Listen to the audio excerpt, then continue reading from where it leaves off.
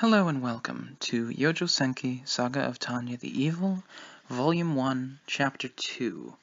Last week, we left off with the ending of Chapter 1, The Sky Over Norden.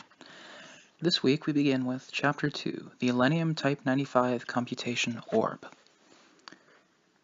Chapter 2, Airspace over Kriskos Army Air Corps Testing Lab. The skies above the Kriskos Army Air Corps Testing Lab, southwest of the imperial capital, Berun, are noisy as always. Orb and Scepter once brought about miracles that were recorded in lore. Now, thanks to scientific investigation of these myths, it has become possible to replicate those marvels, and thus modern magic was born.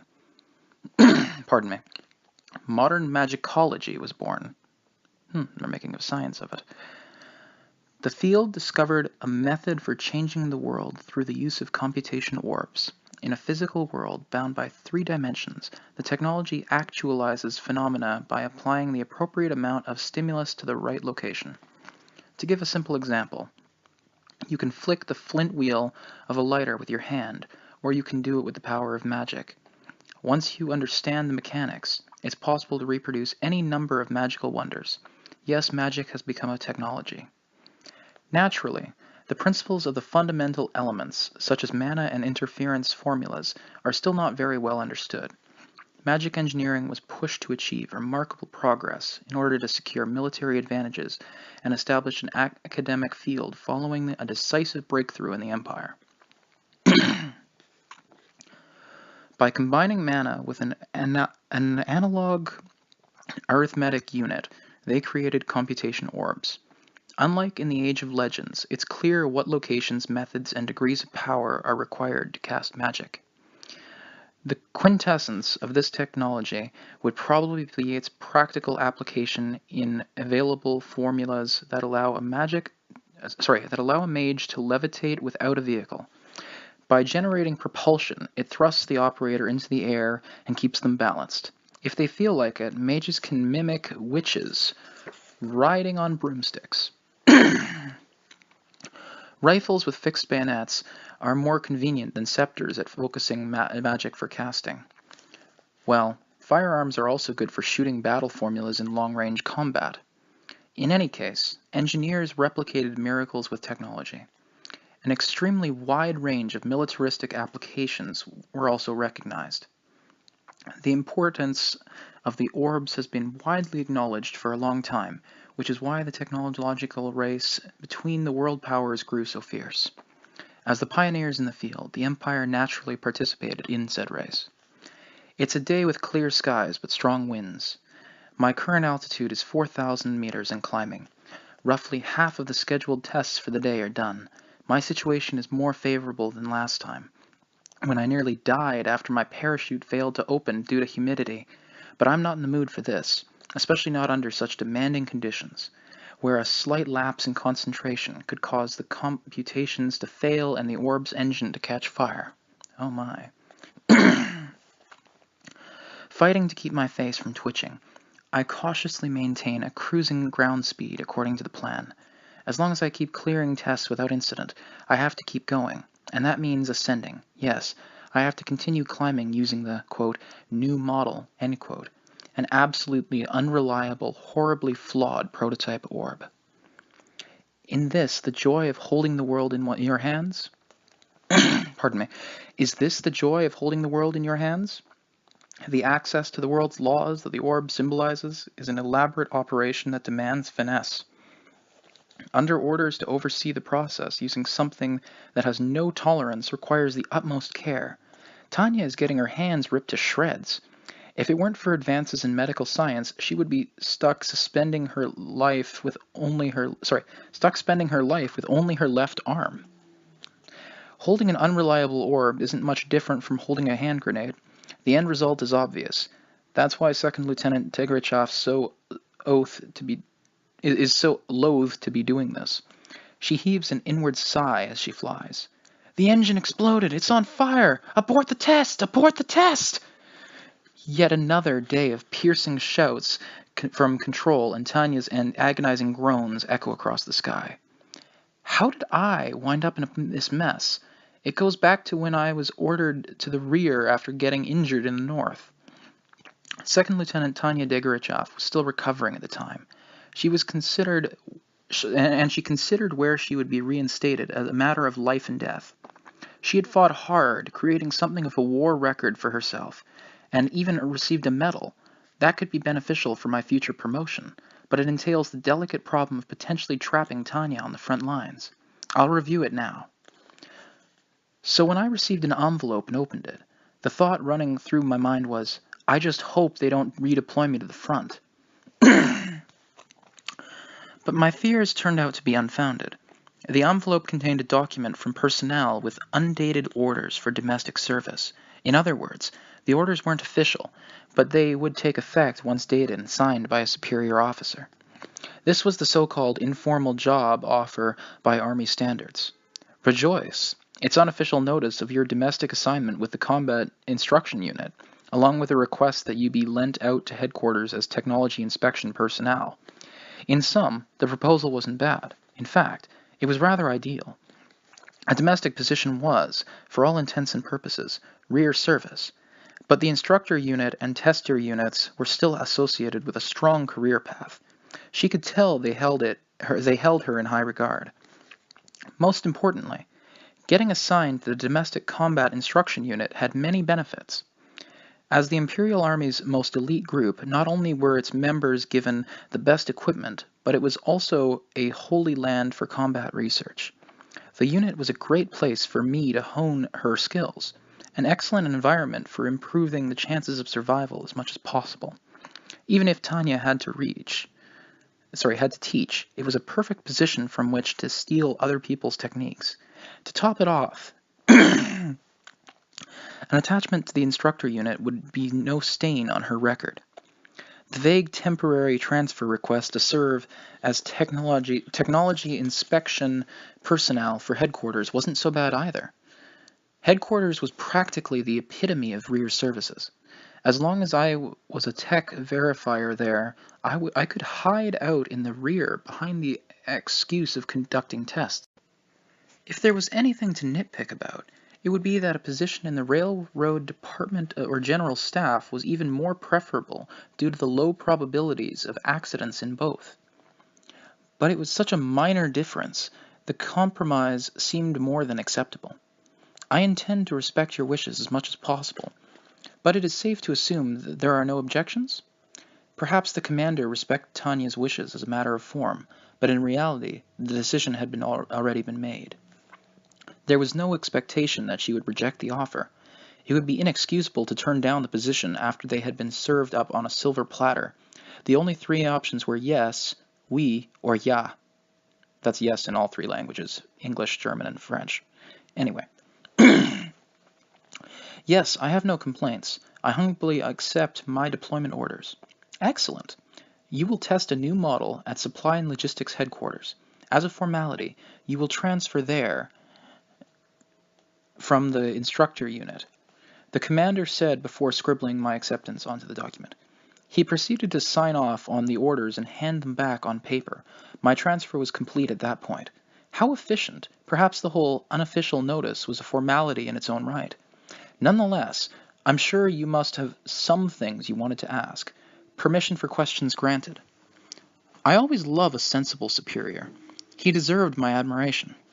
I appreciate it. In that case, first, I'd like to ask you why you went to the effort of assigning me to the instructor unit. Normally, wouldn't a position at headquarters be good enough? I couldn't help but wonder. Of course, I was more than happy to have a career in the instructor unit, but I was keen to figure out the politics and circumstances that led to personnel giving Tanya not one, but two great positions. I didn't want to accidentally step in a pile of trouble later and take a nasty spill. But the answer to Tanya's question was quite simple, if exasperating. Ace or not, sending a child to the front is bad for politics. I knew the brass were a bit slow, but it took them that long to catch on? I'm technically a child, meaning I should be cared for. Apparently the bigwigs had finally woken up and smelled the roses. Smelled common sense, rather. So you're telling an ace to go to be a decoration in the rear? Obviously, showing too much enthusiasm over getting away from the front lines would be bad, but I needed to confirm the situation. If things were going the way I hoped, I would be set with optimum conditions for her survival plan. Wonderful. Truly wunderbar. No, truly wunderbar. Right then. I felt as though I would reach an understanding with all the people of the world. I was so thrilled behind Tanya's cool expression that it made me worried that I might get strange ideas. What a novel opinion, Lieutenant. It never would have occurred to me. With those words, Tanya was confident her predictions were on the mark. I don't know what the higher-ups were after, but at least the superior officer before her hadn't denied her conjecture. That meant she was probably in the clear. The safety of service in the rear was truly wonderful. Do excuse me. The higher-ups think highly of you. That's why they've made you a position in charge of developing the new model. Actually, it was within the realm of common consideration from personnel to assign you, such a capable mage, back from the front into position for tech development. In that case, it was plausible reason for transferring a young soldier from the front. Probably anyone in the army would accept it without issue. I'd caught a break, but still, what was this about a new model? I doubted they would use Tanya as a guinea pig, but at least it would be reassuring to know what kind of technology she would be inspecting. May I inquire about the new model? If he said it was confidential, I would simply have to back down. Still, I needed a certain level of preparedness. You take far less damage when you have warning before you get hit, as opposed to a punch out of the blue. In order to personally brace for what was coming, I wanted to know what Tanya was getting into. Not to mention, I myself was terribly curious. I was only told it's a prototype computation orb. I see. Thank you. All of those things wound up to be undeniably true. Tanya is in the safety of the rear, conducting various tests on a new computation orb. Her commanders never told a single lie, but neither did he mention that the orb is as unreliable as an Italian, quote, red devil, unquote. Editor's note, Italian red devil, another term for OTO mod 35 grenades. These Italian grenades, notorious for their rate of misfires and accidental discharges, were feared by friend and foe alike. Interesting. So these Italian grenades had very unreliable fuses and were prone to blowing off in the user's hand. Tragic. Anyway, continuing. And that's why I'm suffering like this now. At 12,000 feet in airspace southwest of Imperial capital Berun, I've already broken the maximum operating altitude for existing computation orbs. Without an orb specifically outfitted for the single-minded pursuit of record altitudes, operating this high up shouldn't be possible. The oxygen concentration is distressingly low, and if that isn't enough, my body temperature is also seriously low. Taking so much time to acclimate at 6,800 meters has come back to bite me. Humans aren't designed to survive for this long so high up. Lieutenant Degrichov, are you conscious? Lieutenant Degrichov, come in. With a heavy head and a leaden, sluggish body from the low oxygen level, even just responding to control over the radio seemed like a horrible bother. Even dressed for the cold, I can only conduct experiments at this altitude carrying an oxygen tank, an aerial radio, and an emergency parachute. A single thought fills Tanya's mind. Whomever thought it was a good idea to send an unprotected human being this high should come see what it's like for themselves. More or less, but I won't last long. Frankly, I've concluded that it's impossible to go any higher unprotected. It's a good 21.6 degrees Celsius colder than on the ground. Oxygen concentration is just under 63%. Whether or not someone can temporarily withstand this altitude for air combat maneuvering is unclear, but it's a space that's definitely not intended for human habitation. The typical computation orb has a maximum operating altitude of 6,000 feet in the first place. Any higher and it just can't produce the propulsion necessary to break free from gravity. This is why Tanya's estimates that mages have roughly the same level of air superiority That is why Tanya estimates that mages have roughly the same level of air superiority as an attack helicopter. In fact, the gap in altitude has even convinced the Empire that combat between mages and aircraft is unrealistic. The barrier it presents is that insurmountable.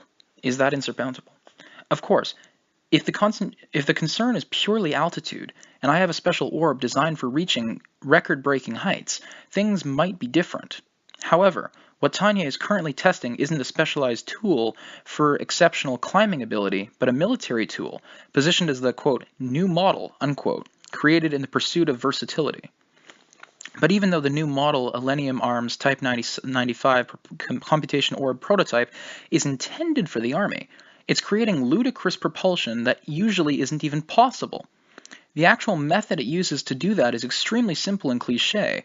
It follows the usual engine development scheme. If 1 is too weak, use 2. If 2 won't cut it, use 4. In the end, minus the, quote, tech research, unquote, stamp to indicate that it is indeed a prototype, the orb doesn't look all that different from any other. Design-wise, it's still a spherical hunk of machinery the size of a conventional orb, packed with countless gadgets. But what really matters is on the inside. Worst of all, this absolutely guzzles mana. Its magic conversion efficiency sucks. Instead of gasoline, computation orbs use mana. A piece of gear with 4 engines would consume 4 times the usual amount of mana. But expanding a human's mana reserve isn't as easy as installing more fuel tanks, which means the operator will get exhausted much more quickly. Maybe this prototype has revolutionary capabilities according to its specifications, but the practicality of an orb that demands the impossible and leaves the mage extraordinarily fatigued is questionable. Not only does it consume 4 times the mana of a conventional orb, but it also is hounded by the technical problem of synchronizing its 4 cores. Since the developers had successfully miniaturized the cores, the orb itself is barely any bigger than its peers. Surprisingly, it maintains the same compact size of regular orbs and can fit in a mage's pocket despite the contents. It's very easy to handle. I have to respect the technology that allowed the researchers to shrink down the cores to such an astonishing degree. But as the one using the orb, all I can comment on is how unbearable it is. Miniaturizing a delicate device means losing whatever tolerances the original had. If tuning the quad-core synchronization activation isn't bad enough, the shrunken orb core makes for an unreliable system with poor stability. So while the mana consumption for this new model should be 4 times the norm in theory, it actually needs considerably more. Including mana leakage, even a conservative estimate puts the expenditure at 6 times the usual.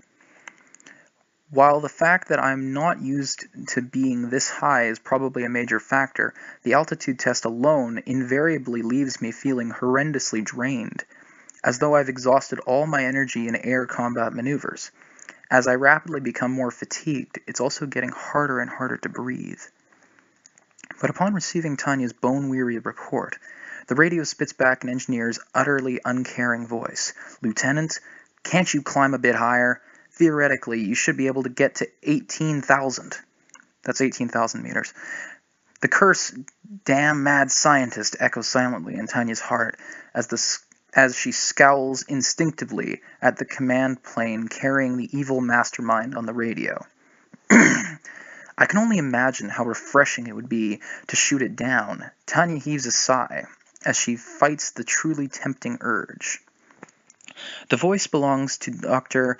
Adhaid von Schugel. He is the chief engineer overseeing the prototype, as well as a bona fide mad scientist. It frustrates me that I have to restrain myself from shooting him down because it would only create more problems and resolve none. All Tanya can do is lament life's absurdity. Getting stuck testing this engineering invention is a prime example of that. Dr. von Schugel, please don't be unreasonable. For a person to climb any higher, they would need heated, not just insulated clothing. And based on my experience in actual combat, the orb would be rendered impractical the moment I needed to fly with an oxygen tank strapped to my back. It's obvious that it would only take a single shot to the air supply to give everyone besides Tanya a pretty exciting show. Let's assume a mage used a formula to generate air and could withstand this upper realm without heating, clothing, or an oxygen tank. If that output depends on the computation orb, it would make the already inefficient device burn through mana even faster. The possibility of sustained combat operations is exceedingly doubtful with the anticipated level of magic consumption compared to existing orbs, and due to issues such as low oxygen concentration, there's a high risk of losing consciousness during maneuvers. Thus, a parachute is critical, and while that's fine for conducting flight trials in one's own territory, an immobile, barely conscious mage lugging around a parachute is a sitting duck in combat. Even if the operator did reach the ground, Even if the operator did reach the ground, their safety wouldn't be guaranteed. If they landed in enemy territory, they were sure to be taken prisoner. Not to mention, there's no small risk that the parachute would catch fire or fail to open due to humidity.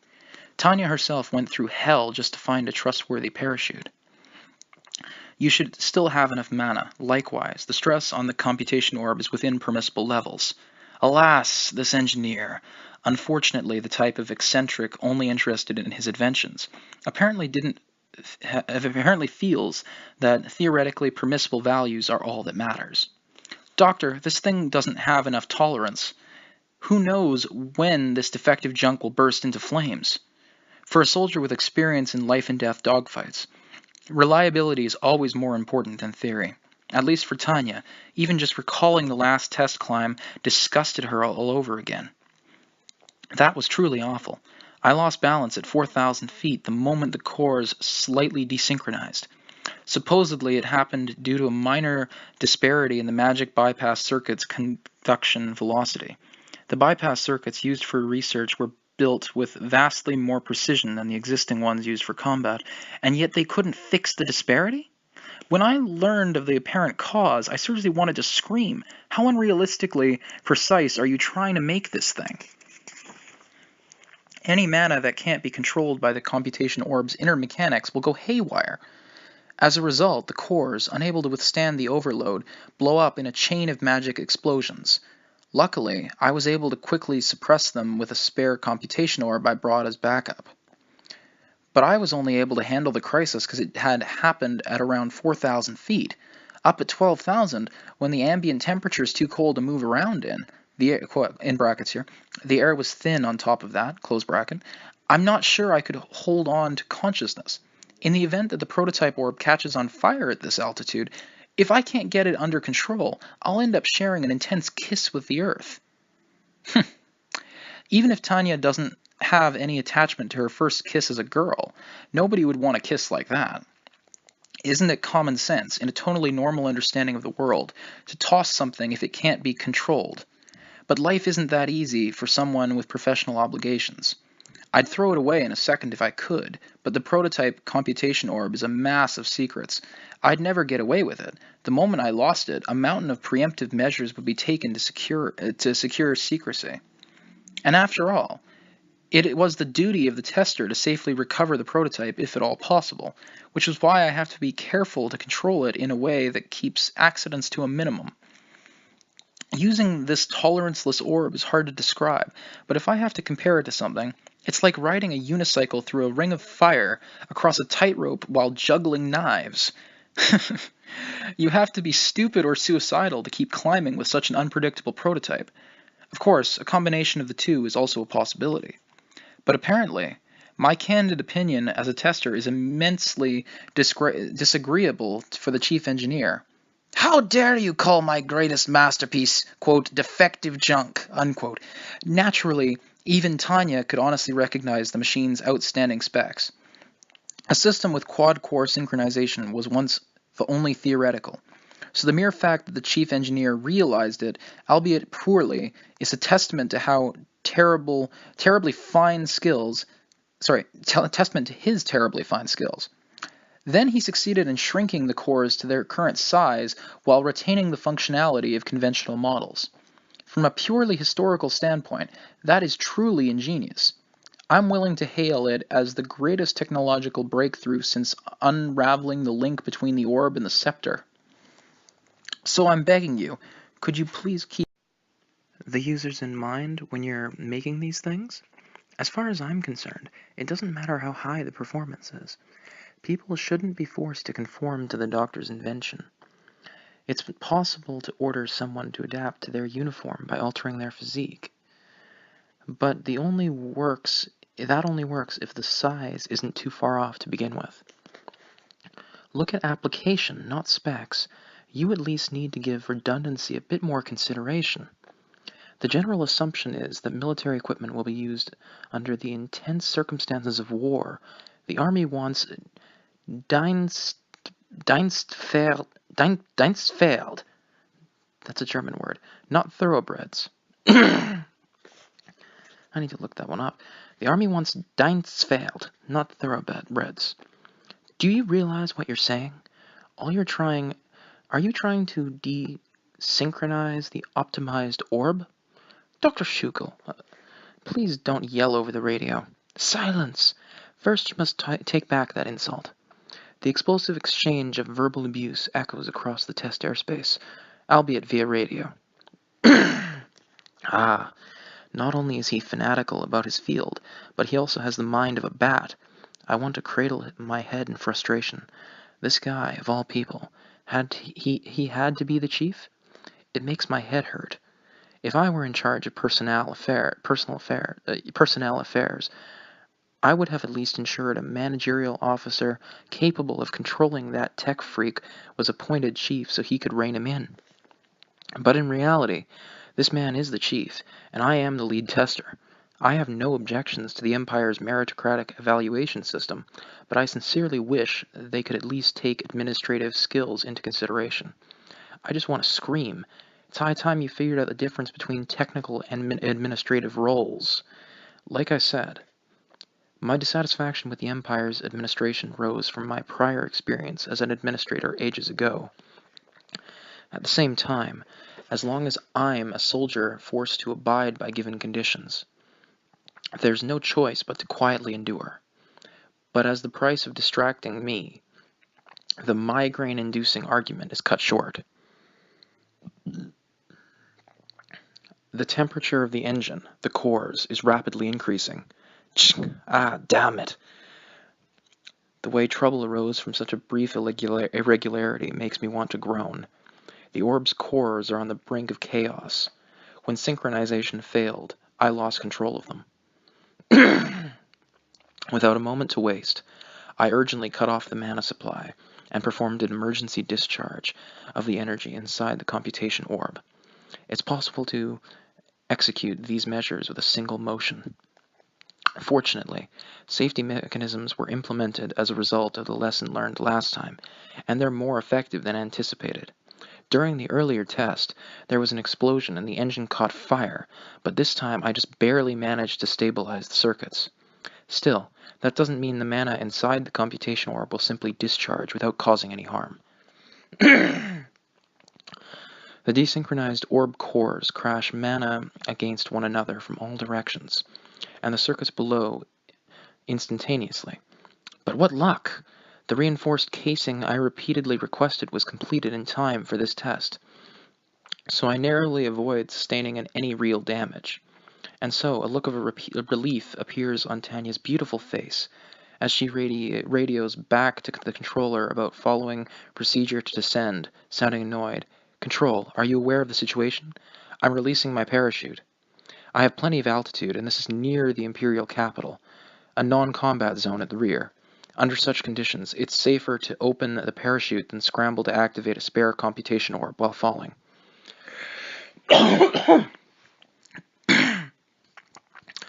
In the capital, I can float leisurely down without worrying about getting shot at.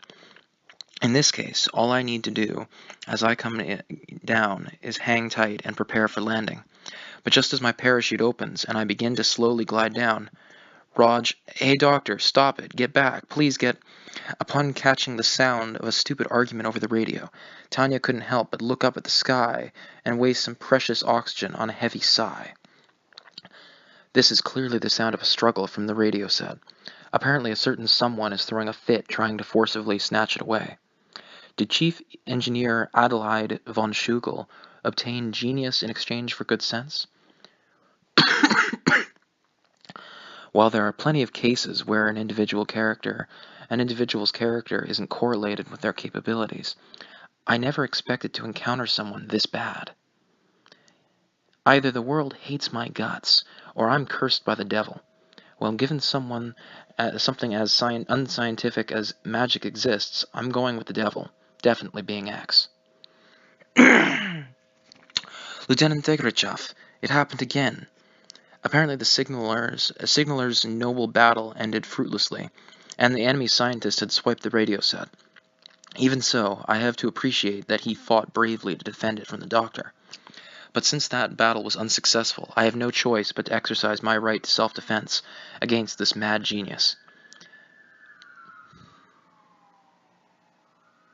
Sorry about that, there was just an ambulance outside. In any case, continuing. But since that battle was unsuccessful, I have no choice but to exercise my right to self-defense against the mad genius. I never dreamed my world would become a place where I never needed to save myself. If I have to put it into words, where is law and order? The world wonders. At this moment, I feel the utmost respect and admiration for jurists. I genuinely wish someone, even a formalist, would restore legal order. If I may speak freely, that's exactly what I'd like to say. After all, the bizarrely intricate system prevents even simple explosion-type magic formulas from properly activating. Actually, the number of times the malfunctioning system exploded on the ground outnumbers the times I've managed to create an explosion with a formula. When they told me that I would be conducting test flights, I never thought I would end up once again recognizing the greatness and struggle of flying. I'm not one of the Wright brothers, but this has made me realize anew how the pursuit of flight technology is intimately tied to the risk of a fatal crash. At least those pioneers flew personally, shouldering the danger upon themselves. Chief Engineer Adelheid von Schugel makes others do it for him. And to top it off, he's so self-indulgent, I couldn't believe my ears when he claimed that safety features lacked functional elegance. The moment I was finally able to manage proper elevations, albeit barely, he added strange test items and tasks. That was when I impulsively submitted a transfer request. Unfortunately, it was denied. Why? And immensely unfair as it was, apparently I was the only one who had even managed to get any testing done. In fact, my contact at Personnel Affairs actually told me to forge ahead atop the corpses of my fallen predecessors when he admonished me. I assume he meant it figuratively, but apparently he meant exactly what he said. The front line seemed more promising in terms of survival. Just the other day, I heard that I now qualified for the Wounded Cross badge. If your lack of concentration that causes these problems, it's your lack of concentration that causes these problems. And you call yourself a soldier. I've endured Schugel's insults and fought the inner desire to launch into a screaming fit of curses. I certainly didn't join the army because I wanted to, and it isn't a fun profession, but I did indeed join. I assure you, Doctor, I am an Imperial soldier. However, a soldier's duty is to wield weapons. By no means does that include coaxing some defective junk to work. I had originally perceived the job of an Imperial soldier as waging war with a computation orb in hand and a rifle over the shoulder. But by no means did I ever think it entailed carrying faulty machinery and blowing up without warning. Even soldiers have the right to complain if they are issued a broken rifle or a computation orb gone haywire. At least, that's certainly the case in the Imperial Army. Not to mention, reliability and durability are imperative for a mage's equipment in the harsh environments of modern warfare. That's common sense, even among new officers. And it extends beyond mages. Sturdiness and dependability are supposed to be top priority for all military equipment. Bluntly put, a bizarrely elaborate, one-of-a-kind item isn't suitable for combat. It's the same as how a race car designed in a singular pursuit of bleeding-edge performance can't withstand the grind of general everyday use. A delicate, intricate weapon that can't tolerate rough handling by soldiers is practically meaningless on the battlefield.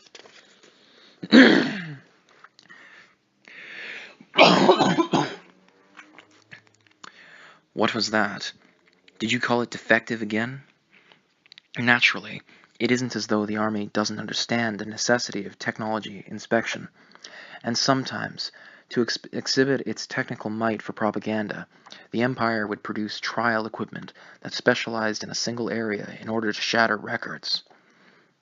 If it's racing to break the world record, that would be one thing, but the prototype orb issued to Tanya is known as the, quote, leading next-generation candidate, making versatility absolutely essential. Does this mad scientist even take weapons development seriously? Isn't this more like a hobby to him? As Tanya's questioned the chief engineer's common sense, she can't help but wonder how supply and logistics headquarters could go along with this. The world truly is a mysterious place. What part of a computation orb that randomly breaks at this altitude could be considered a legitimate weapon? If an aircraft's engines suddenly stopped, everyone would call it a killing machine. More like a heavy metal death trap, but I digress. If the defects were particularly awful, it would even acquire a renown as a, quote, widowmaker, end quote. But this computation orb had even bigger problems than that. After all, it's nigh miraculous to get the thing to run at all. Not only is it prone to malfunction and breakage, but also its output is unstable, and overall it's completely unreliable. I can't help but feel that this thing shouldn't even be called a weapon. Only because you oaf smash them left and right. How do you break my precision instruments so fast? Jugal said. Because you build them so fragile. Do you know what, quote, military usage, unquote, means? This mad scientist definitely does not understand the term. Admittedly, though, he has managed to fulfill all the specs the Army requested. Although it only holds true on paper, and only to a certain degree at that, the prototype has a functional altitude that makes it possible to intercept bombers. This capability would once again dramatically increase the strategic value of mages. Immediately applicable firepower would be quadrupled, theoretically. The attack potential of mages would skyrocket. But that's all assuming the damned things work properly. It should be a given, but frankly, an orb that's a work of art or requires lab maintenance is useless. It's tempted to ask if all the chief engineer wants to make is a thoroughbred that only needs to deliver top performance for a brief moment during the race. Normally, computation orbs are precise instruments that work fine if they receive basic maintenance once a month. Mobilizing the entire technical staff to work on an orb after every use is absolutely outrageous, by which I mean the full technical staff of the research institution, equipped with the most substantial rear support facilities, namely the support and logistics headquarters. The doctor must have forgotten the meaning of maintenance. Now then, not only did he miss the desired maintenance standards for the front, he wasn't even in the ballpark. The fact that this is an advanced prototype must imply that Tanya is expected to perform a certain degree of certification. But I'm endlessly amazed by just how many of its application problems can be resolved. Why don't you understand how revolutionary the technology behind synchronizing 4 engines is? I'm perfectly willing to admit it's revolutionary. That's why I keep telling you to make me one that actually works. Theoretically, it does work. Why can't you use it, though? He's more like an academic scholar than one of the top engineers working in the field. He spouts exasperating nonsense with a straight face.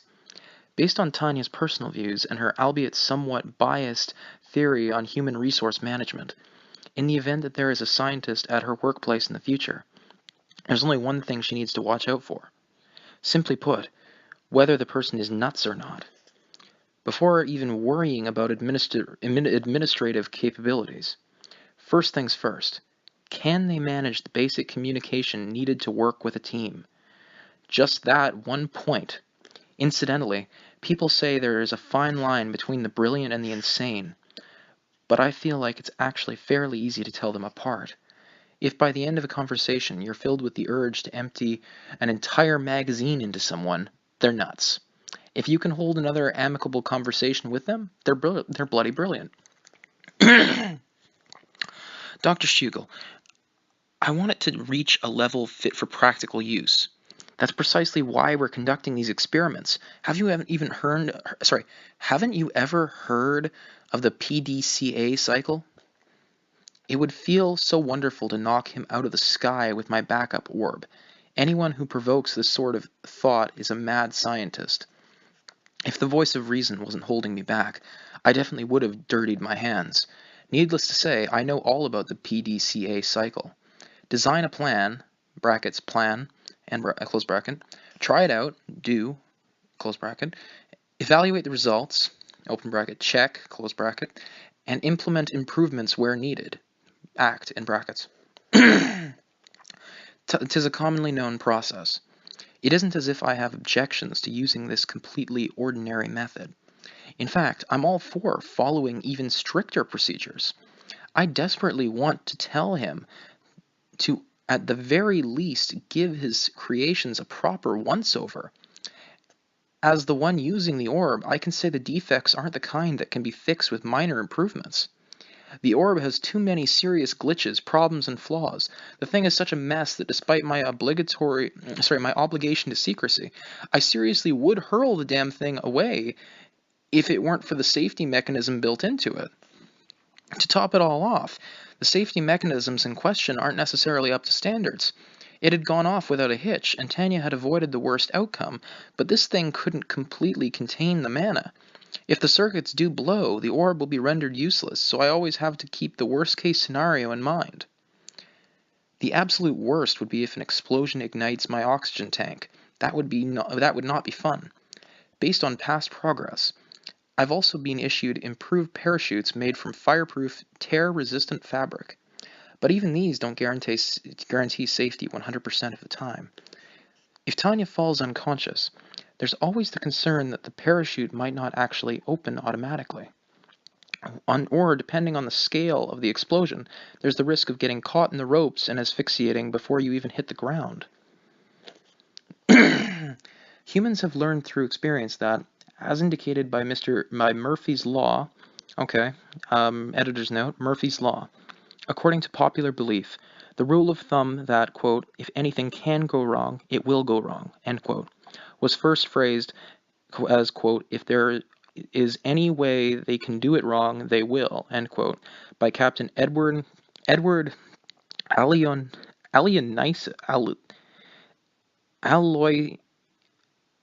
Aloysius Murphy of the United States Air Force while conducting research. That is a very interesting name. Captain Edward Aloysius Murphy. Anyway, continuing. Humans have learned through experience that, as indicated by Murphy's Law, anything that can go wrong will. If an office employee has the ability to cause trouble, trouble there shall be. For example, it's common knowledge in personnel management not to keep a bankrupt employee in a department dealing with finances. In the same vein, flying with an orb that can explode at any time is like sitting around waiting for the blast to happen. Upon landing, I decide to submit a transfer request, in earnest this time. An emphatic nod reveals the depth of Tanya's determination. Even if the worst should come to pass and I fall out of favor with my superiors for a time, I swear that I'll negotiate with personnel. As things stand, 100 lives wouldn't be enough for her. The assignment to the instructor unit is Tanya's only hope. I used my affiliation with them as a shield and begged to assume my duties there, but begging didn't cut it. There's a very real possibility I'll become a human sacrifice to one of the mad scientists' experiments, unless I give up on unofficial overtures and submit an official transfer request. I gotta send that transfer request and as fast as possible. And so, immediately after I land and fulfill my obligations, I pick up my pen. Imperial Army Supply and Logistics Headquarters, Technology Division. The transfer request adhered to the official format. Magic Second Lieutenant Tanya Digorachev's application conveyed a dire sense of urgency. As a sophisticated bureaucracy, the Technology Division within Supply and Logistics Headquarters had to accept and process any officially submitted transfer requests. General consensus was that she was very serious about wanting to transfer. This was not surprising, seeing as this was, imagine, her fourth request if they included unofficial overtures. Her previous unofficial attempts were wishes unaccompanied by documentation, so the staff had gotten away with calming her down, but with each attempt, she grew more in earnest and imploring. This request was bound to come eventually. It had only been a matter of time. Nonetheless, upon reading Second Lieutenant Tanya Degorachev's transfer applications and petition, all the managerial staff at the Supply and Logistics Headquarters Technology Division were left holding their heads in frustration. So what should we do? These are all official forms, you know. Should we give it to her? The soldier had commendably allowed herself to be soothed each time in the past. But submitting this request showed that she had reached the limits of her patience. As far as personnel were concerned, there was leeway in the Northern Theater, so they were in the middle of assigning young soldiers random posts in the rear out of consideration for political and international standing. As such, it would hardly be any trouble at all for Supply and Logistics Headquarters to reassign Degrachev to a random positioning, but while it wouldn't be hard to find her a new post, she was too valuable in her current position to let her go. Out of the question. She's the only one ever marginally capable of meeting Schugel's standards. Chief Engineer von Schugel was outstandingly proficient despite having only his talent, or rather, nothing besides his talent, to call upon. Development of the next generation orb combined basic level data collection with the objectives of creating and certifying advanced technologies. He had managed to meet the standards indicated by the Technology Division, at least in the planning documents, despite how ambitious, to put it mildly, they were. Good point. Shouldn't we also take into account the fact that his research might finally come to fruition? His brilliance was prominent even in the Empire, which had pioneered the magical technology research through scientific observation. Even as magical engineering gained recognition as an independent field of science, there was still room for error, and many elements remained vague. Schugel had made great contributions by pushing the field down a focused, if rocky path, and then improving upon it. If, as an extension of his methods, they considered purely the research aspect, it was clear beyond a doubt that the data and theoretical values Type 95 achieved had borne fruit in the form of great progress. That appraisal, however, only held true in terms of research. Groundbreaking advancements might have sufficed for a research institution, but Supply and Logistics Headquarters wanted a product that could withstand military operations, so they required more comprehensive judgment.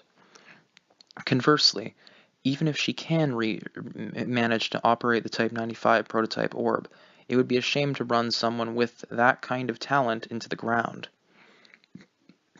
We should look at the long term. Such excellent testing personnel are irreplaceable. The voice drifting from the department heads expressed concern for crushing an invaluable mage of such talent. In actuality, competition between nations was driving rapid advances in military technology development and innovation, so while it was rare to sacrifice valuable lives in the name of scientific progress, it did happen. Weapons development was put on tight schedules due to national defense concerns, which resulted in the occasional accident in an overworked section. The list of people who died while on duty was by no means short. Agreed. We look at the long run. The acquisition, cultivation, and the retention of capable mages is also agreed. If we look at the long run, the acquisition, cultivation, and retention of capable mages is also a subject of concern for the Empire. And if we might add, I realize her age shouldn't be taken into account, but no matter how talented she might be, she's still a little girl. It pains my heart to make her Dr. von Schugel's toy. Another major factor for the Empire was that in the Navy and Mage forces, both of which were under pressure to expand, individual polish could only be achieved with long-term training. They could mass-produce computation orbs on warships, but it wasn't so easy to cultivate a competent, highly experienced core team. On that point, not only did Degrachev fall into the youngest age group in the army, but she was also an academy graduate with actual combat experience. All of this made her truly valuable. It would be a waste to ruin her. Additionally, Elenium Arms wasn't the only factory striving to be chosen to manufacture the next generation Imperial Standard Issue Computation Orb, and that created a problematic political situation.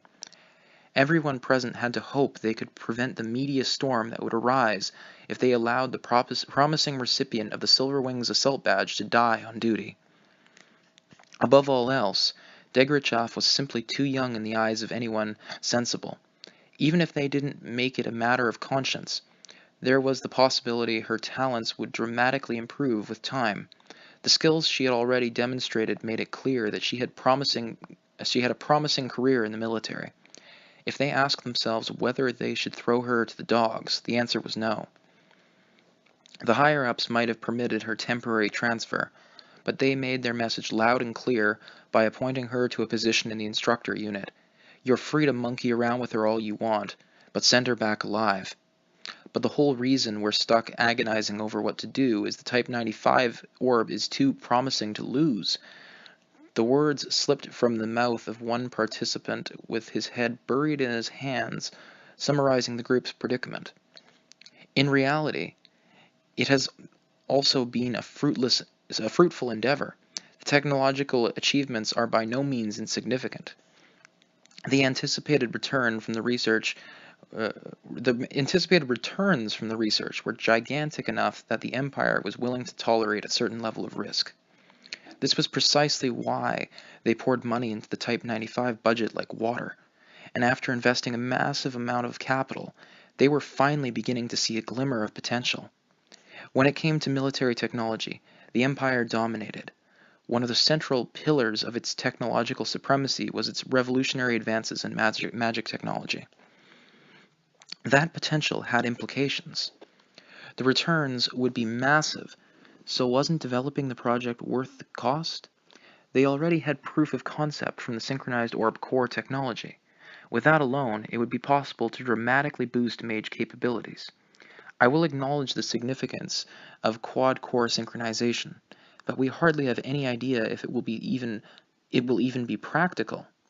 Naturally, even the opposing faction was willing to acknowledge the project's technological significance. It wasn't as if they didn't appreciate its revolutionary nature.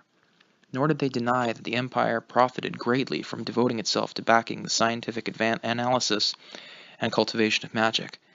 But in their opinion, certain aspects regarding the development of the Type 95 made it too expensive. After all, regardless of its theoretical values, user feedback indicated that it was too problematic for practical use, and besides that, the thing was packed in with so many cutting-edge revolutionary mechanisms that it was liable to surpass not only the, quote, next generation, end quote, but possibly even the next generation. With the idea of it being practically implemented at this point came up, it seemed like an unlikely story. That was precisely what had them going around in these endless circles. What eventually brought that debate to a halt was the consideration of a single report. Have you read the technical report? Lieutenant Degrachev's analysis is rather insightful. No matter how much mana you had, it wouldn't sustain the orb.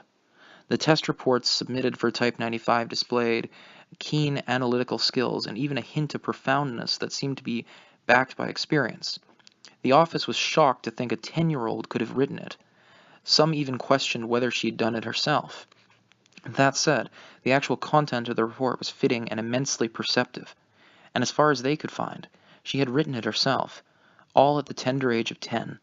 Degrachev was too young to attend military prep school, but she was a mage with average mana capacity. Based on her talents and the amount of mana she possessed, she was practically guaranteed a promising future, but even this precocious, capable magic officer was crying that she couldn't make it work reliably. It's the range. Increased power and ability to activate multiple formulas are all excellent improvements. But it's worthless if those things detract from its usability in prolonged combat to a critical degree. The goal may have been technological inspection, but a mage consumption rate that renders combat maneuvers unsustainable means the quad-core engine design was simply flawed. Perhaps it had enhanced instantaneous firepower, but that was unacceptable if it came at the price of drastically reducing the amount of time combat could be maintained continuously. In a sense, it could be said that a healthy evaluation mechanism was at work here. Part of what made technology inspections important was catching flaws in advanced equipment such as this. That said, if the issue was excessive mana consumption due to a structural problem with pouring mana into multiple orb cores, there was nothing to be done for it. From the very beginning, our objective had been to verify and test advanced technology. It's still within acceptable parameters. The pro-development faction, on the other hand, was willing to admit that the project was lacking when it came to combat sustainability. However, that was of no particular concern, at least at the inspection level. If they specified that the objective was proof of concept, the engineers in the faction felt that the restraints on usage weren't terribly important. The technological race, with surrounding great powers, was so heated that in everyone's hearts of hearts, they had a great desire for Type 95 to ensure technical superiority for the fatherland. If trailing behind in innovation presented a grave threat and gaining the advantage ensured overwhelming returns, they would want to keep pushing forward. If they evaluated the project based on potential, they could have approved all the costs related to Type 95. Its technological significance aside, the Army can't afford to fiddle around. The thing is, only the engineers engaged in development and the researchers supporting them felt that way. The troops, who used a variety of different weapons and weren't terribly gentle with them, had their own theory. As it was, normal computation orbs already cost as much as the most powerful of weapons. This one-off special order prototype frequently broke down and had blown through its initial development budget a long time ago. It had already consumed unbelievable sums of money, and they were increasingly hesitant to invest more. If they shifted the budget elsewhere right away, wouldn't it still prove more cost-effective?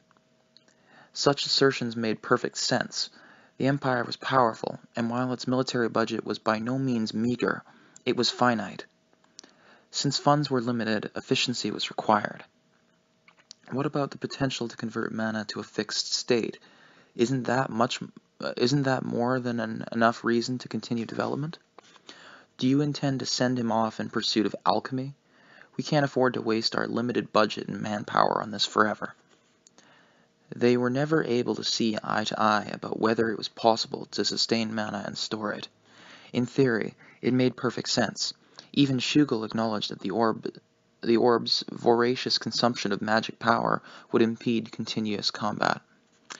As a countermeasure, he figured if he could store mana the way chemical energy was stored in batteries, that would solve all his problems. People were constantly trying to make a breakthrough in the transformation of mana to a fixed state, in reality, only to give up on the impossible task. By optimizing mana through a computation orb, a mage could superpose interference effects upon reality with their will. That interference creates a concrete phenomenon. This was the principle behind the formulas mages used. Naturally, the magic mages cast is temporary. Say someone wished for an explosion, and that creates one. Not only is it a temporary phenomenon, but also the mana that caused the explosion disperses, making it impossible to hold on to the mana. If it were possible, the mage would have only needed to will the phenomenon to remain in the world to fix it in place. Concepts along those lines had been entertained shortly after the practical usage of computation orbs became viable. But every time the idea of using mana to fix mana in the world was attempted, the failures only multiplied. Though researchers were often optimistic, there were mountains of papers describing failed implementations All the great powers that had put serious effort into the idea thus far had already abandoned it. By interfering with the world with one's will, an object could be created. It sounded easy enough, but telling a mage to actually do it was akin to telling them to defy the laws of nature and perpetually bend the laws of physics. At that point, it was venturing into the realm of alchemy from the stories of yore. In other words, that was how far-fetched it sounded, at least to the row of realist soldiers. In their eyes, the overtly hyped new technology was plain suspicious. The theory itself was also quite old. In a sense, the theory stemmed from a technological dream that should have been left to future generations, much like alchemy. But it had become so notorious that not only soldiers involved in weapons development had heard of it, but also anyone working in magic. Bending the laws of nature and maintaining that state required a massive amount of mana. In order to raise the amount of mana that could be poured in at once, phenomena had to be cast with at least 2 cores. Likewise, fixing phenomena required another 2 cores. As a result, fixation required perfect control of at least 4 synchronized cores that were also performing their own tasks in parallel. Up until now, all of that had been merely theoretical. He's already realized quad-core synchronization. You can't deny the possibility. As it stands, we can't count on it reaching perfect synchronization. Lieutenant Degrachev is the only one to have any luck with it, and even the mission-capable rates she's achieved are unsatisfactory. This was precisely why the pro-development faction and the group that suggested pulling the plug reached completely different conclusions despite observing the same results. The former saw a glimmer of hope, while the latter dismissed it as futile, and both conclusions were logical to a degree. Realistically speaking, an orb that had trouble with each and every test was unreliable. Of course, there was no such thing as perfect first prototype, so a certain number of problems were expected. But such a frequent occurrence of major accidents was unprecedented. Based on what they discerned from the reports, it seemed like Degrachev was hanging on by the skin of her teeth, and despite risking life and limb on these experiments, she had only just barely managed to operate the orb. This alone was proclaimed a remarkable improvement on existing progress, which made it clear how, quote, well, unquote, it was actually going. As such, when a number of soldiers were about to protest that it was a massive waste of money, a certain mid-level officer from personnel who happened to be at the meeting posed a question from a slightly different perspective. I can't help but wonder, why her? Superficially, this was an innocent question. On the other hand, it certainly brought up an intriguing point. Magic Second Lieutenant Tanya Degrachev's career wasn't bad, but there were plenty of soldiers with superior credentials. Perhaps if they compared her to the previous testing personnel to see why she was the only one to succeed, they would get their answer. Once this occurred to them, they saw the value of delving into this modest question. No, you have it backward. We should focus on why she succeeded. At this point in the conversation, the Director of Supply and Logistics Headquarters, who was leading the meeting, brought up one of the most obvious questions of all. Why did she get selected? Who chose her? Without a doubt, the Personnel Division at Supply and Logistics Headquarters approved the assignment, so someone must have dropped off the paperwork. And that paperwork should have included the reasons behind her selection.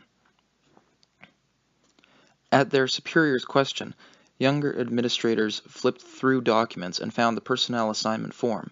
It had gone overlooked thus far, but it contained all the answers. Chief Engineer von Schugel chose her personally. Apparently, he claimed she had the highest chance of success operating the orb. How would he know that? Given all the previous testers' failures, there had to be something convincing him that Second Lieutenant Degrachev could do the job. Why did he specifically want someone like her from the front lines? Was it something unique to her? Was it her skills? Something else entirely? If it was truly an intriguing question. But the answer Chief Engineer von Schugel wrote on the form was exceedingly simple. It says that since she is not set in her ways with the conventional orb, He figures she wouldn't treat the prototype the way other soldiers treat their orbs. Well, the orb was brand new. His logic was perfectly rational. The quad-core synchronization system was a whole other animal, so trying to conduct mana the same way as before would prove difficult. It took a child's malleability to understand that even if conducting the mana felt awkward, they shouldn't fight it. Someone as precocious as Degrachev had a good sense for conduction and comprehended the logic behind it. And not only that, she could pull it off. The logic was nice and sound. Assuming they understood everything up to this point, that was precisely why the whole row of participants let out the same groan. It was the groan emitted in the face of an unpleasant truth. Hey, there aren't all that many skilled mages out there who are unaccustomed to conventional computation orbs. That went without saying. Even if they turned human resources upside down searching for such opportune mages, there would be painfully few who met those conditions. Naturally, the minimum requirement for the orb to be issued as the next generation standard was for the majority of existing mages to be able to use it. If it couldn't reach full operational capacity, there was no point. Full operational capability, then there was no point. The implications were that using Type 95 was hurdle too high. Until the training system could be overhauled and all the active service mages retrained, the next generation model would be useless. It was also more difficult to use than the existing computation orb, so the drills used for the new recruits also would need to be reevaluated. Even assuming they could accomplish all that, the orb's mission capabilities rate, reliability, and cost were enough to give them second thoughts about mass distribution. Considering the level of craftsmanship the devices demanded to function, they would be accidents waiting to happen. We don't have an infinite budget. Are we placing too much emphasis on versatility? We've already achieved innovations in orb safety mechanisms and other areas. Don't you think it's about time we called it quits? In conclusion, perhaps it would be wise to call off development or, at the very least, scale it down. It was hardly surprising when that opinion began to dominate the conference room.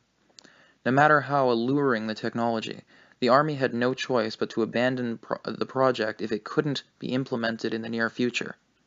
The Imperial Army didn't have the budget, manpower, or resources to play around. The promise of amplifying firepower is just too enticing. Couldn't we just do dual core instead of quad core? Naturally, those who regret halting development still couldn't shake their lingering attachment. That's a good point. If there were only 2 cores, wouldn't it make synchronization that much easier? Relatively, yes. Compared to quad-core synchronization, coupling only 2 cores together would of course be easier.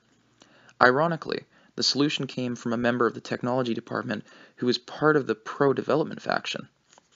But even then, we believe lackluster mission capable rates would be unavoidable due to its complex structure.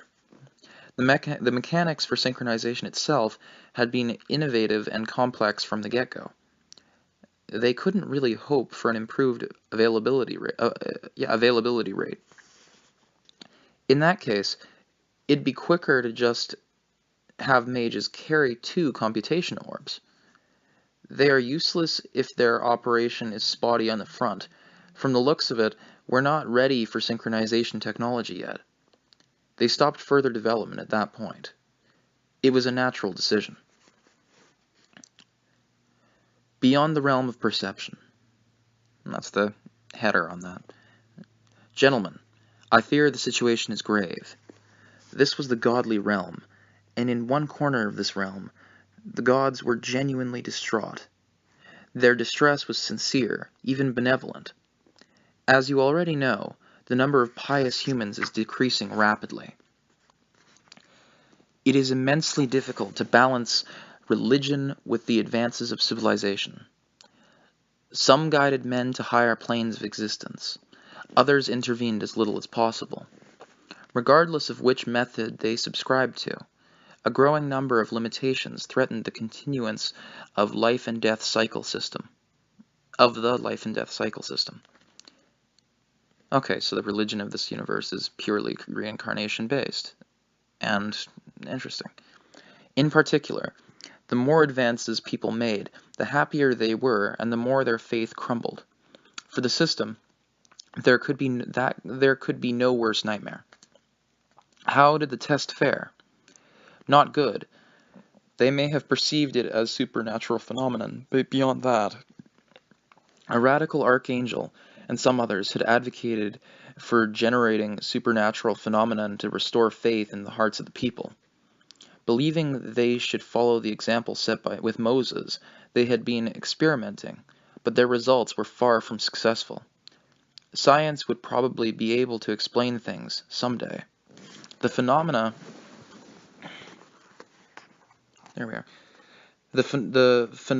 exceeded the people's comprehension at that point in time. It was simply unexplained and, as such, nothing more than a subject for investigation and research. I had a feeling it wouldn't go well. I wonder what the issue is. In the past, all we had to do was talk to them and they would understand that we were gods. Sometimes they would even call on us. Yes, they should have spoken to the people when they were deeply religious. Then they would have been able to communicate their divine will. Not only that, some people would have called out to the gods of their own accord. Now there were none. There were hardly any voices truly seeking salvation. How had it come to this? When an answer proved evasive, even upon extended consideration, it was important to go back and re-establish your successes.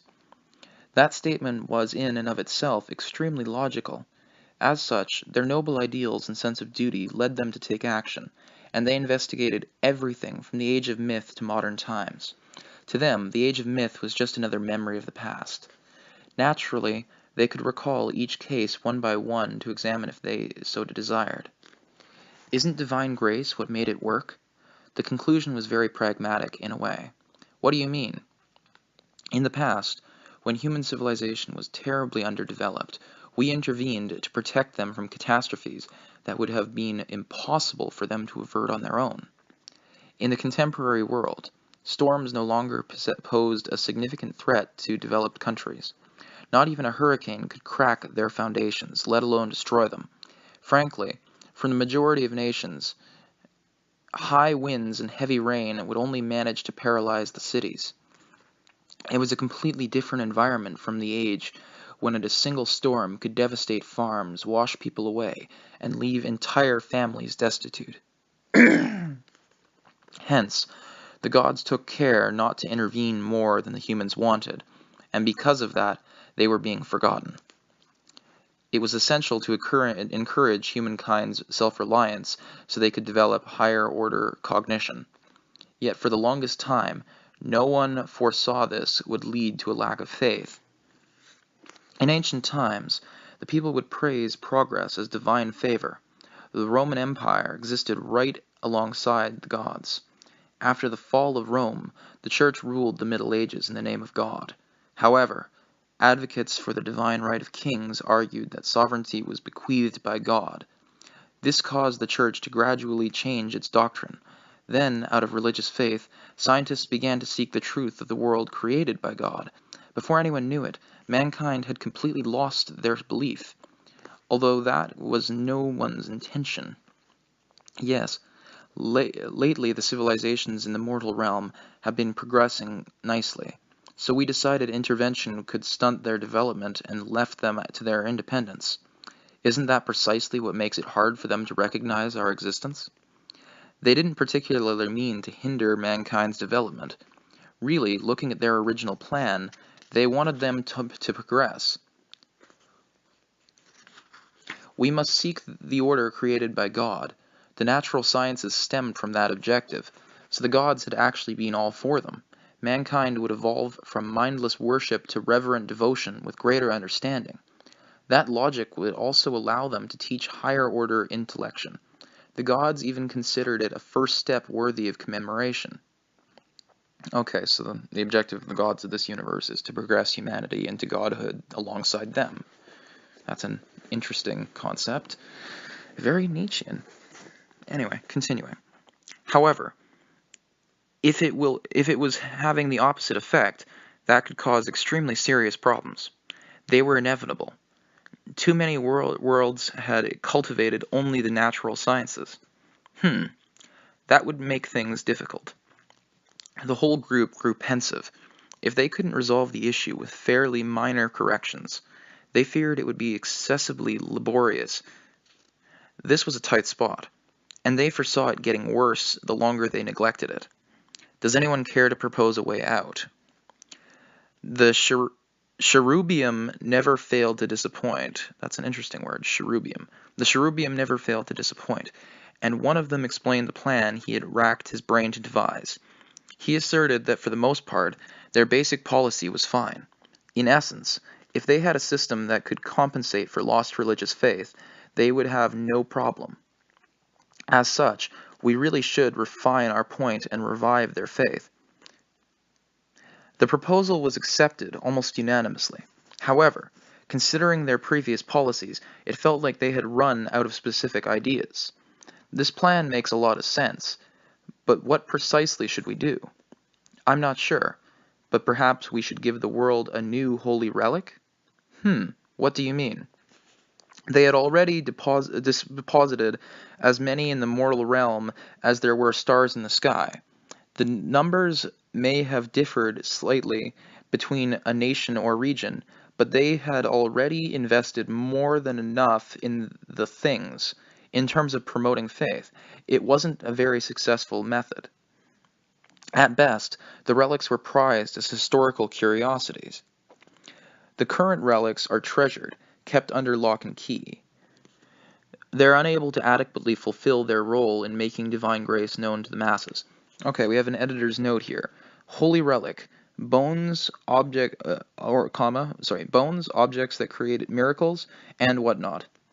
This is a touchy topic, so I'll leave the jokes to myself. Okay, that's the author trying to crack a joke about holy relics. Generally speaking, though, back in the Middle Ages and times like that, you'd have holy relics, quote-unquote, all over Europe that supposedly came from, say, various important people to the Christian religious faith that were in various parts of Europe and also the rest of the world, and people would come to those sites to pay homage to that individual for various reasons. Some of them were real, some of them were fake. In a lot of cases they were fake, but people flocked to them and benefited the local economy as a result, so what people didn't know wouldn't kill them was the theory.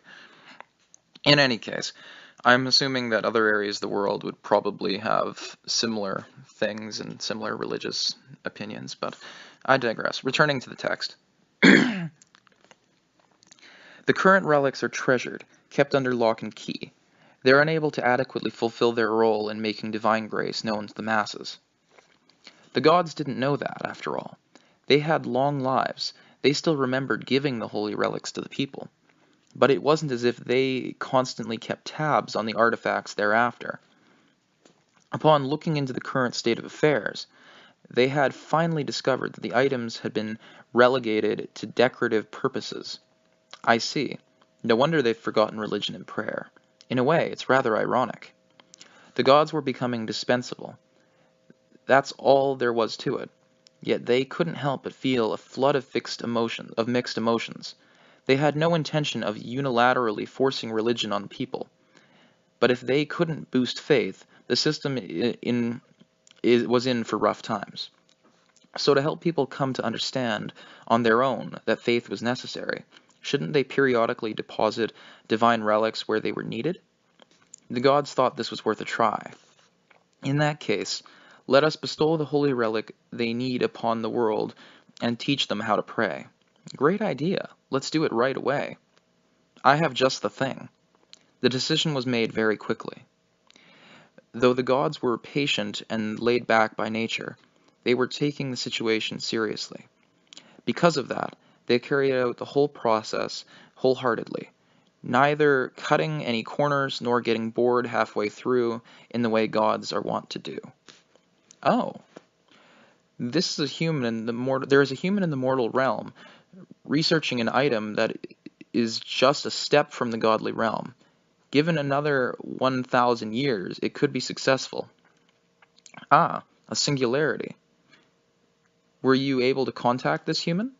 It was extremely rare, but in the past too, on all the worlds, humans had appeared who neared the godly realm in pursuit of natural sciences. The unusual phenomenon was remarkable these days, but not without precedent, and this human seemed to be the most appropriate specimen for this test.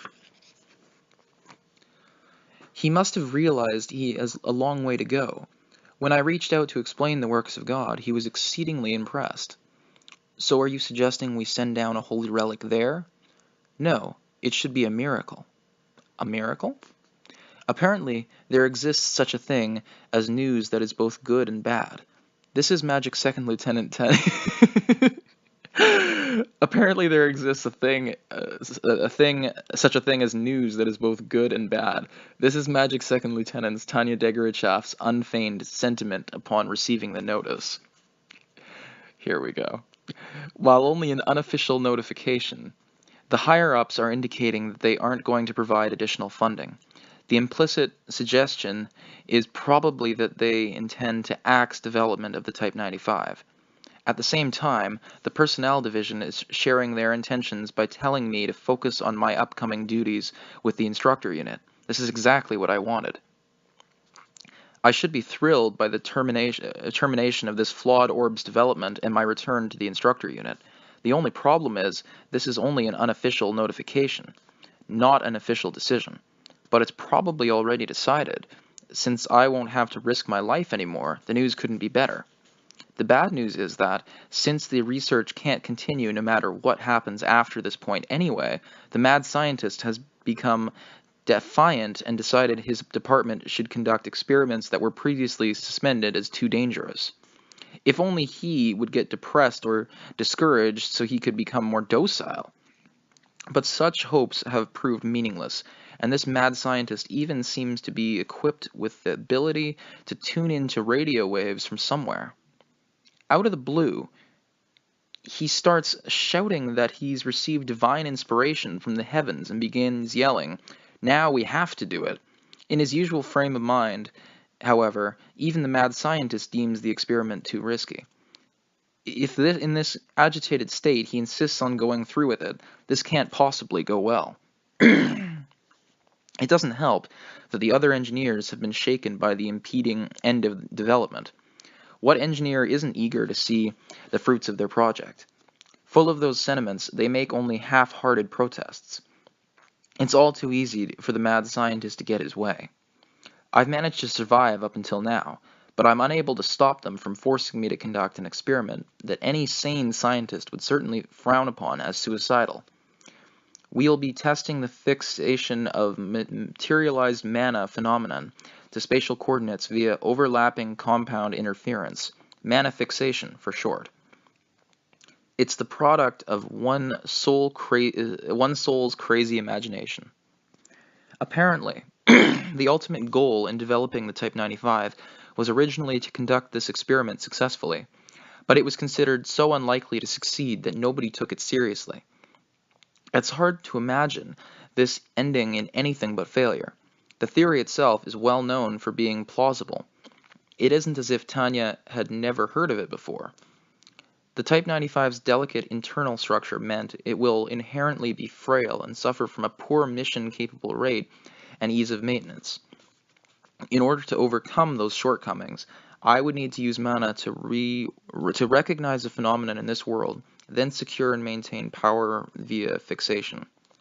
Theoretically, the Type 95's quad-core synchronization system means that the technological groundwork to make such a thing possible has already been laid down. Tanya's doomed attempt to reach Type 95's ultimate technological goal will still hold great significance in terms of exposing its flaws. When the engineer told me that, I thought it sounded similar to bureaucratic explanation of budgetary provisions. They usually sound quite clever, but now I have no doubt they were only doing this experiment because the mad scientist is curious. Even if I form an argument to point out the obvious obstacles involved, it would be futile. Surely, the loon has no intention of calling off the test. He's desperate for it to go well, and he has to be pushed ahead based on unhinged judgment that relies entirely on luck. Lieutenant, you're ready, right? Of course, he has to understand what level of danger is involved. So how in the world can he crack such a gleeful smile? I suddenly question Shugel's sanity. An urge comes over me to tell him to take a good look around. We're in one corner of a vast live fire exercise range with absolutely nothing man-made nearby as far as the eye can see. If I go out of my way to look for evidence of human activity, all that catches my eye is the recording apparatus and the doctor. The rest of the team appears to have accurately assessed the danger. They're currently in an observation station considerably removed from the test site, monitoring the situation only through the on-site viewing device. No one's willing to run through the standard signaling checks. In other words, all the personnel have taken shelter on the assumption that the Type 95 will explode. Hence, Tanya's apparent misery as she continues to suggest canceling the experiment. Doctor, can we please just not do this? According to calculations, the worst-case scenario has the entire exercise range blowing sky high. God, what is this thing, a nuclear reactor? Okay, continuing. Shugel's the only one with unwavering faith that Tanya will pull off the nigh-impossible task of attaining absolutely perfect control. The thoughtful development team is kind enough to have a fully equipped medical team on standby. Their elaborate preparations include a highly experimental critical care team and a full-scale field hospital. Scientific progress always has its sacrifices. Naturally, it won't just be you. I'm here as well. So what's the problem? While everyone else feels apprehensive about the experiment, this one man, Chief Engineer Adelheid von Schugel, retains his cheerful smile as he makes the statement with confidence. How glorious it would feel to smash my fist into the cheerfully smiling face of his. Maybe you want to get blown to smithereens by your own invention. Talk about getting what you deserve, but what I want to know is why I'm stuck killing myself with this mad scientist. Isn't a compulsory double suicide a bit too much? But Tanya manages to express those feelings in a genuine but socially appropriate roundabout way. Honestly, I wish you would employ that grace for something else. A scientist must stay loyal to their pursuit. Now stop complaining and start the test. But evidently, the moral madman is too much for Tanya. If that's how you're going to be, then go ahead and die if you like. Just do your best not to inconvenience those around you. If that's too much to ask, at least don't bother me. I'm a soldier, not a scientist. Tanya is only working as a soldier. Under no circumstances does the job description include committing suicide with a mad scientist. In a sense, the scientist has the perfect response to her protest. Then consider it an order. Now get going. If Tanya is a soldier, she should obey the orders according to chain of command. He's completely tied her hands with that, but he's absolutely right. Supplying mana to the Type 95 now. Having resisted in every possible way, Tanya laments her misfortune as she begins to slowly, carefully, pour energy into the Type 95. Observation Team, Roger. Our prayers are with you. It's a common courtesy to say that, but now the words have taken on an ominous tone. The fear that the Type 95 will explode at any moment is plain in my expression. Frankly, I feel like my life is in greater peril here than back on the battlefield. Both the mage's tough defensive shell and the protective film for deflecting direct hits are cast using magic orbs. The thought that I'll have no protection when the orb explodes is worrying me to no end. But upon seeing the indescribable emotion contorting Tanya's face in response to the anxiety for this absurd situation, Schugel dares to smile. Tanya feels as though it's virtually the first time she has seen the doctor smile reassuringly out of consideration for her. His expression almost seems to be telling her to relax. What? No need to worry. This is practically guaranteed to work. When Tanya sees how he has pure, innocent, dangerous gaze of a cultist, skepticism transforms into blaring alarm bells in her head. I should steer clear of that crowd. Doctor, what makes you so confident? If he's simply a psychopath, it would come as no surprise. The problem is that his insanity threatens to involve Tanya in an immense, inexcusable crisis. Why, it's quite simple.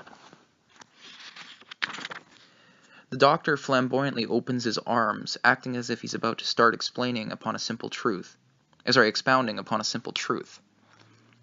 That alone is enough to send chills down Tanya's spine. Confidently preaching the truths of the world with innocent eyes, that is something fanatics do, the type that's immersed in some dangerous religion. And what might that be? The most dangerous move to make when dealing with a blind believer in something is expressing agreement or denial. I was taught back in my human resources days that if I ever needed to peacefully force resignation from an employee under the influence of a cult, it was necessary to avoid affirming or denying their beliefs. The idea is to remain distant and leave no room for misunderstanding. Thus, all Tanya can do in this situation is try to prolong the conversation using the gentlest voice she can muster. I am the chief engineer, Lieutenant. You are the lead tester. That is to say, if we work together instead of standing at odds, we can do anything. All cult members are just like this. They only say reasonable things in an even tone when an innocent expression at the very beginning of an encounter. They only say reasonable things in an even tone with an innocent expression at the very beginning of an encounter. The other day I received a divine revelation. A divine revelation? Yeah, figures. I was afraid of this, It's probably just a figure of speech, but this ominous premonition, the voice of reason, won't stop screaming. I've got a bad feeling, like a super dreadnought class bad. That's right. If we say a prayer to God for success, those who believe in him shall be saved. I groan in spite of myself, although I braced for this. Before realizing it, I also heave a massive sigh. He just said to ask God for success. A scientist just told me to pray. Thinking that far, it quickly occurs to Tanya how unlikely this scenario is. Did the chief engineer lose his mind upon the project getting terminated? That's entirely possible. Realizing as much, realizing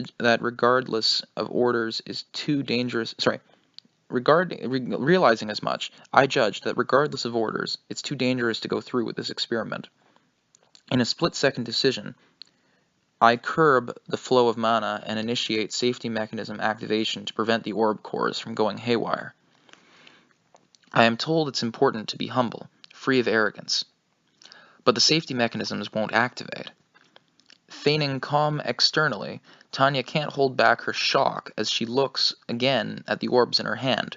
In the same all-too-familiar prototype orb she conducted countless tests on. It is the same all-too-familiar orb she conducted tests on. Multiple safety features could certainly be seen and aren't activating, in which case they've been disabled? He just had to mess with her, didn't he? The only one who could have done it was the peacefully smiling chief standing before her.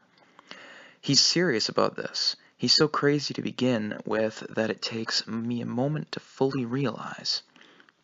Isn't this a wonderful opportunity? Let us join in prayer for success. Doctor, aren't you an atheist? The god of invention came down to me. Now I'm a devout believer. Crap, things really do look hopeless. The Type 95 starts acting wacky, much like its creator. I've been controlling its coding with mana, but can't any longer. Something about the circuits doesn't feel right either. At this rate, the mana will hurtle straight down the path to chaos. and the safety features I normally rely on aren't functioning. There's a long pause as I take stock of the situation.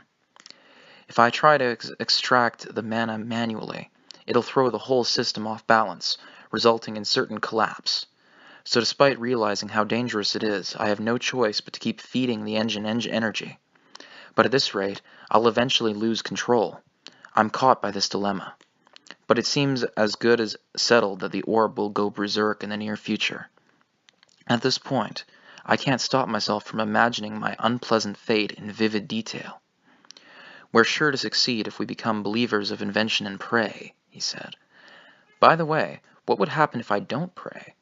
"Well, I suppose we would both become martyrs," the lunatic replies simply. The dangerous smile on his face indicates he would undoubtedly embrace martyrdom with pride. It could be described as the ecstatic smile of a suicide bomber. "We should call for a medic right away. Or would you rather I simply put you out of your misery?"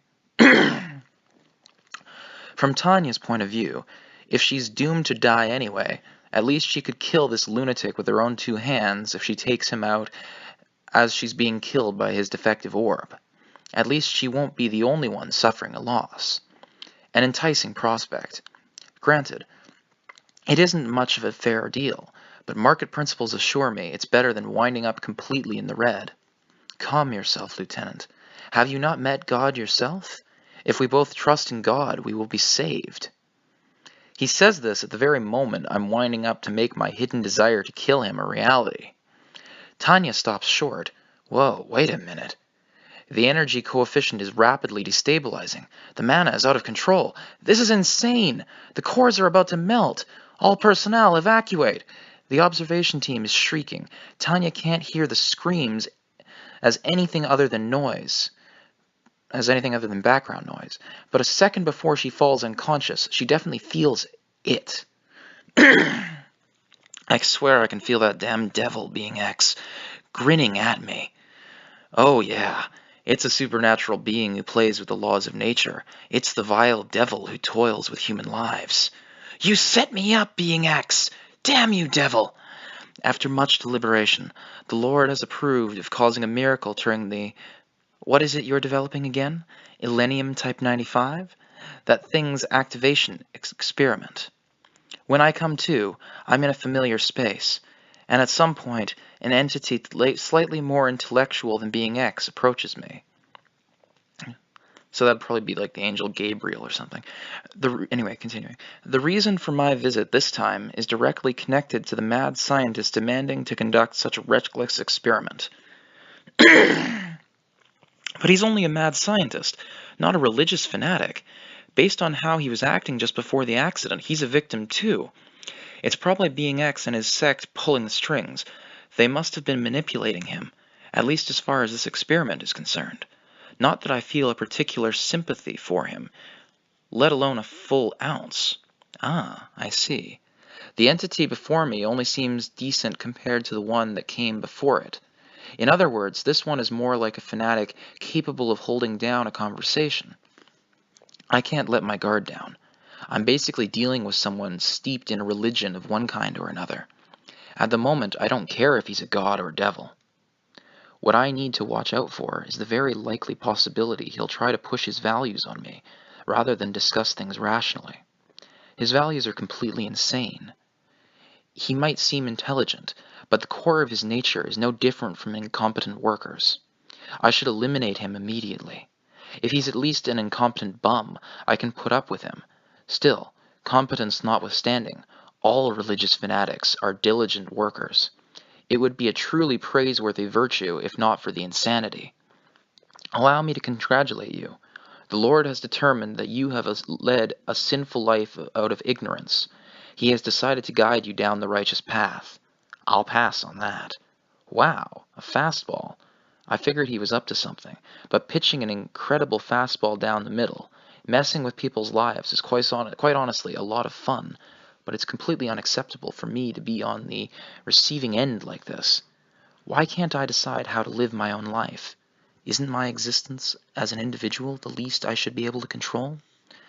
Oh, set your mind at ease. Doesn't your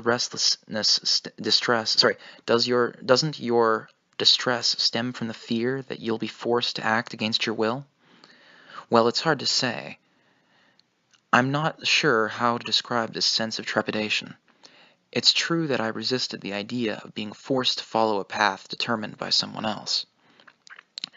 It would also be immensely humiliating for these beings to control my mind or lead me to think a certain way. Mass hallucinations should only be shared amongst the people who want to get intoxicated by a particular story. If there's a profit to be had in illusions, we'll invest in them. If there isn't, they aren't even worth taking any interest in. And if any crazy people become a threat, I can always kick them awake and make them guzzle down the sludge of reality. As an individual, I have to firmly resist this attack on free will that compels participation in mass hallucinations. Freedom. I'm free. I don't want anyone to violate my freedom. I would hate to act against my own principle and violate the freedom of others, but honestly, I can deal with that. The thought of someone else violating my personal freedom, however, is absolutely intolerable. I was once equipped with the resources and connections to protect that freedom. Now, I possess certain powers to defend it, coupled with an appreciation for the significance of its value. As such, worry not. We shall bless your computation orb so that it may bring forth miracles. You shall use it and feel the grace of God. Surely that will enable you to offer him words of prayer. Words of prayer? That's right. Words for praising the Lord were forgotten by your ancestors. It is through no fault of your own that they were not passed on to you. Well, that's obvious, although I think there's more to it than that. Where the heck does this reasoning come from?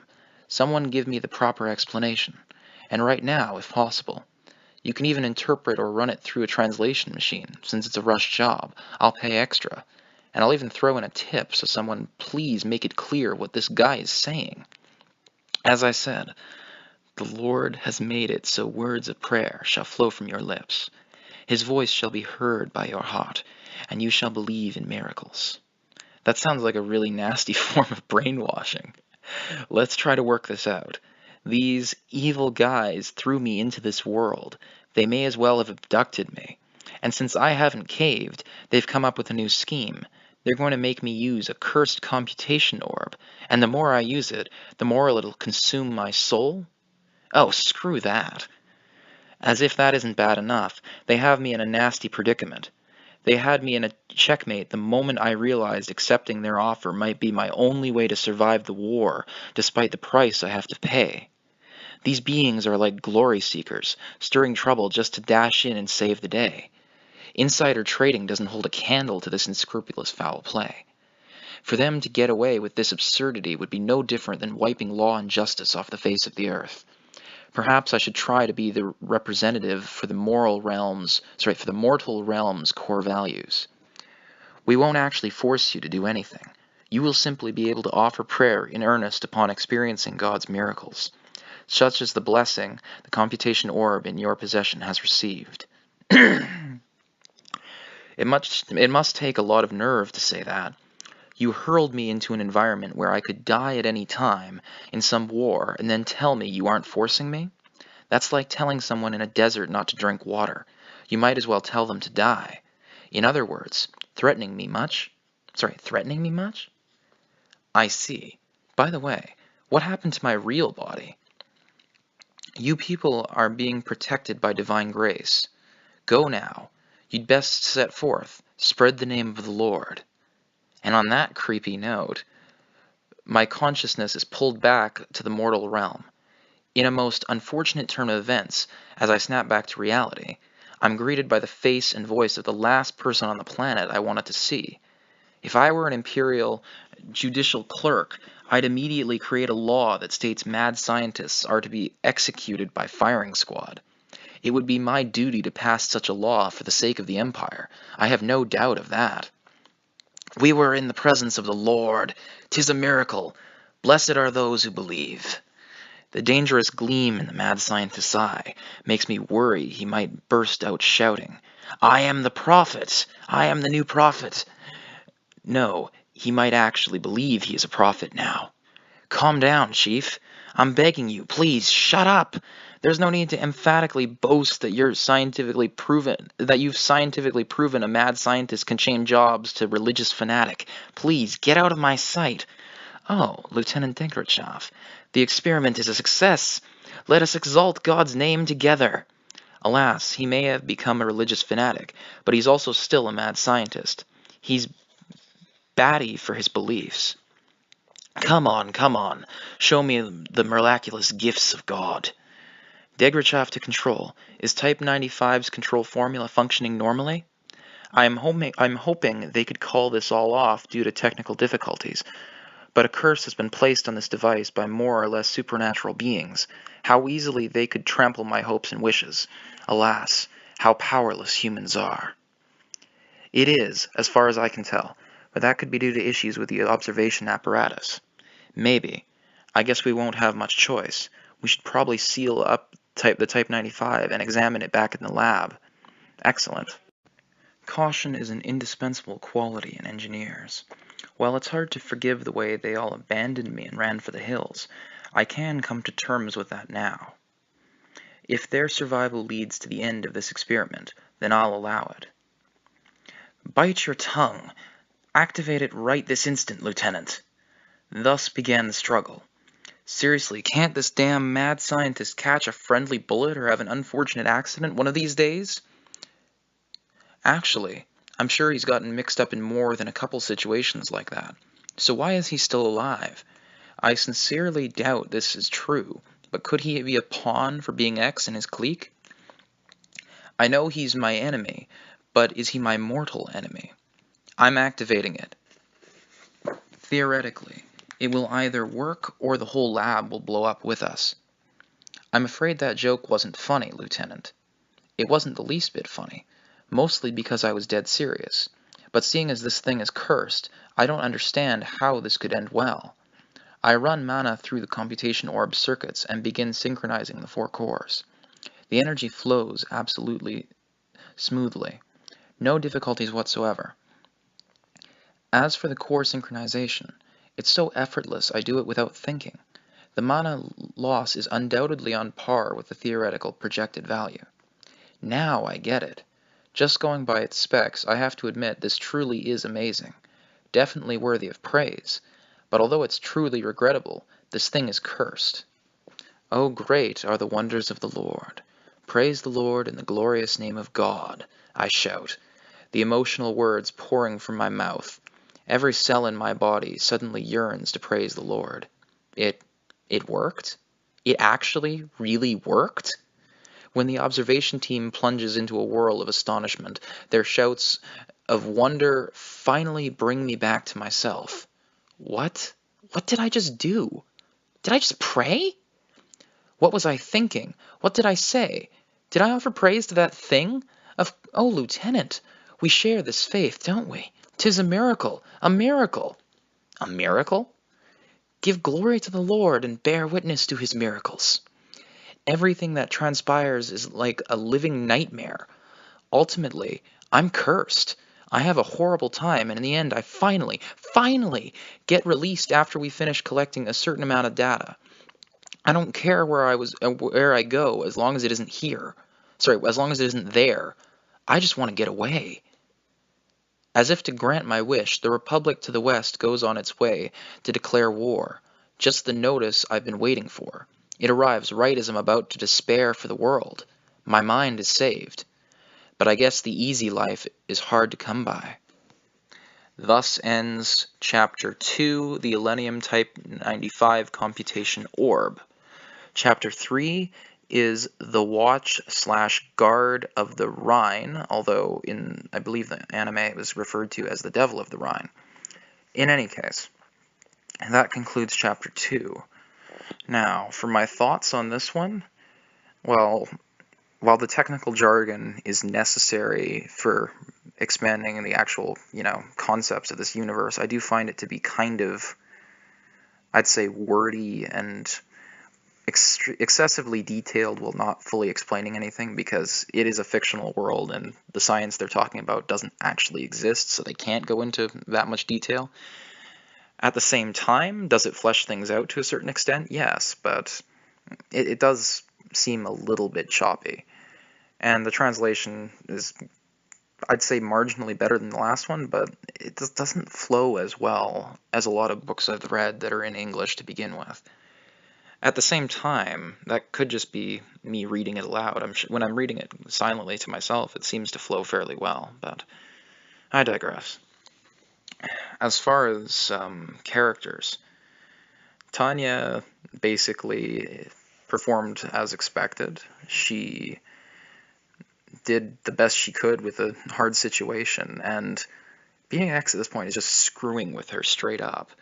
Like, he literally is just screwing with her. But we've also been introduced to a lot of other supernatural characters. So in the anime, Being X gave her this quote-unquote miracle directly, whereas here it's given to her by the biblical angel Gabriel, and there's also a, I'd say, coalition of other heavenly beings and gods or demigods or whatever that are actually in charge of various parts of the universe. So even if the God of Christianity in this universe is considered to be the top god, it's clear that not everything is as it seems, meaning that other gods in this universe appear to exist and appear to have been either created by the top god to delegate tasks out to them, or it's possible that there might actually be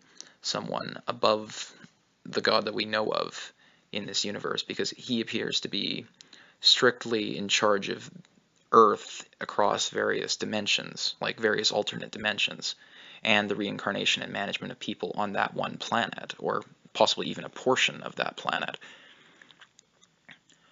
So the real question is, are they actually gods per se, or are they just some other kinds of beings that are pretending to be gods in order to try and secure their own existence or something? I mean, they seem hell-bent on maintaining faith in them, as if, I don't know, maybe they lose their immortality if people don't believe in them or something. That's a possibility that people have theorized about in other series in the past. So that would possibly make a lot of sense. Now, as far as Shuko, God, that crazy bastard. Anyway, this entire bit here basically showed us a bit more of the, I guess, geopolitics of this other realm, so to speak, and helped outline why Tanya's character is so damn OP throughout the entire series, more or less.